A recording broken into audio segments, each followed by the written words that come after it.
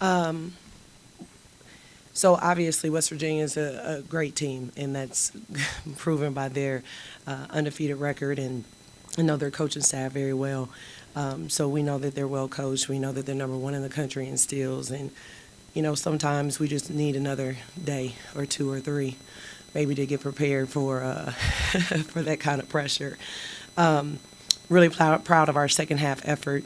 And I think that we just have to continue to figure out how to play well for longer stretches so that we can be competitive. Second half is usually too late to get going. So we'll keep building, but obviously hats off to West Virginia for playing as well as they've been playing.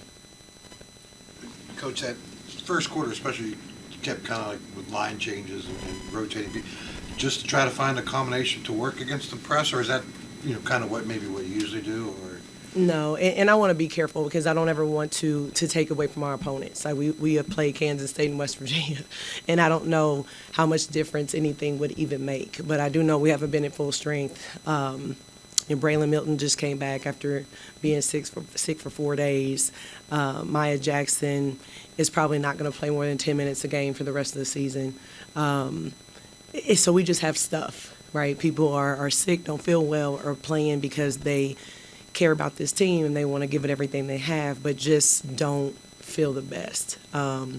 So trying to find combinations, but also being mindful of limitations and restrictions and how many minutes you can play in a row and that sort of thing. So it has been difficult, but again, really proud of them and the fact that they want to be out here play.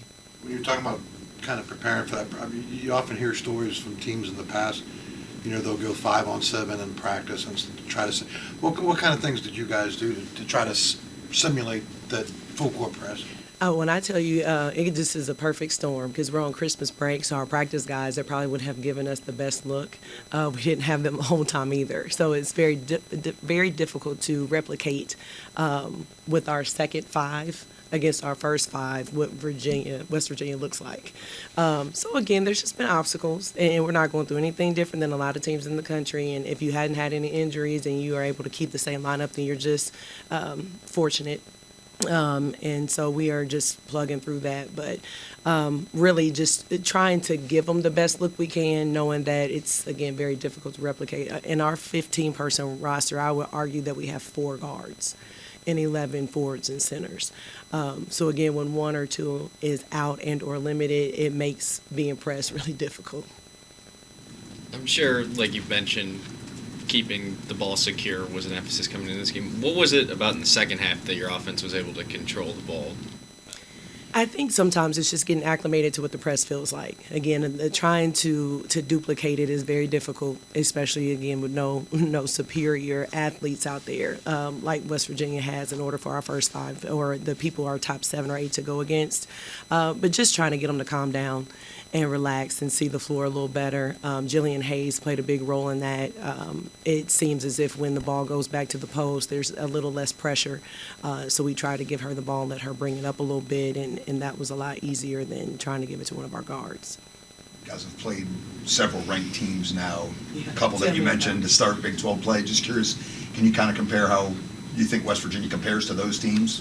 I tell you, I think that West Virginia, I refer to them as very handsy, very quick hands, smart about touching you one time but not two to pick up that foul, just bugging you a little bit, like keeping you in front, like that sort of thing. I don't believe that we've played a team like that.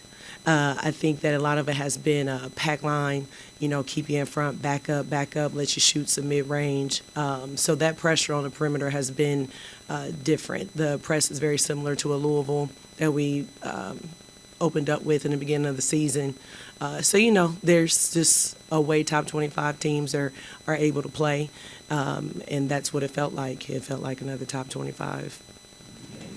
You guys dominated on the boards, 15 offensive rebounds, but turned those just into 6 second chance points. Is that a matter of kicking it back out and restarting the offense, or where do you feel like you can improve that way? Yeah, we talk about what we marry, what we engage, and what we date, and we marry rebounding. It doesn't matter if it's game day. It may go from 10 minutes to 7, but it's just strictly 2-on-3 rebounding, grab it, put it back up. I think there's a lot of things. I think that we just need to be tougher when we go back up. We don't kick out much.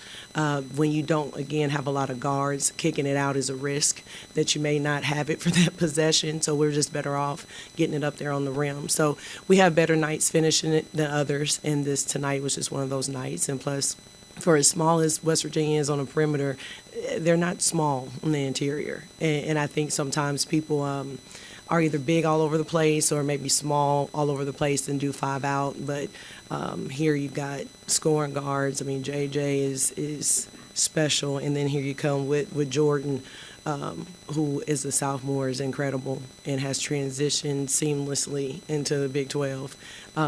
So, yeah, I think it's just a matter of sometimes we finish better than others. Kind of with that in mind, take the defense out of the equation that West Virginia poses. What makes West Virginia so hard to prepare for? Well, one, I think that if we have Ariel Jackson, who is similar as you can get to a JJ, but JJ is older, more experienced. I think has been battle tested a little more. So where we have a little bit of shiftiness, I would say that I would hope that JJ is who Ari will look like in another year or two. So when we are out here and we are starting a freshman and a sophomore and then bringing another freshman off the bench, I think what makes it tough is the experience that they have. You know, and Coach and I talked before the game, and I'm so happy for him. He talks about how much fun this team is to coach and how much he enjoys them. And I think that that's what you see out there. You see a team that enjoys being coached by him, that enjoys playing together. And I think that shows. I think that that's probably more of a reason that they're successful than any X and O thing you can come up with. Coach, Kyle Watson from West Virginia is kind of one of those players who does, a little bit of everything. Tonight she scored, and I'm just kind of wondering, like, when you were scouting her, what did you see about her? And then, scoring hasn't been her biggest thing this year, but obviously she was successful tonight. But just what did you see when you guys were looking at her? Well, I'll be honest. I was more concerned with Kylie because Kylie poses more of a matchup problem for us. And then there you go. And this is what top 25 teams do. When you try to take something away and or you put a plan against a certain play or to take away whatever, then someone else steps up. And so, I mean, when you have 4 people in double digits like that,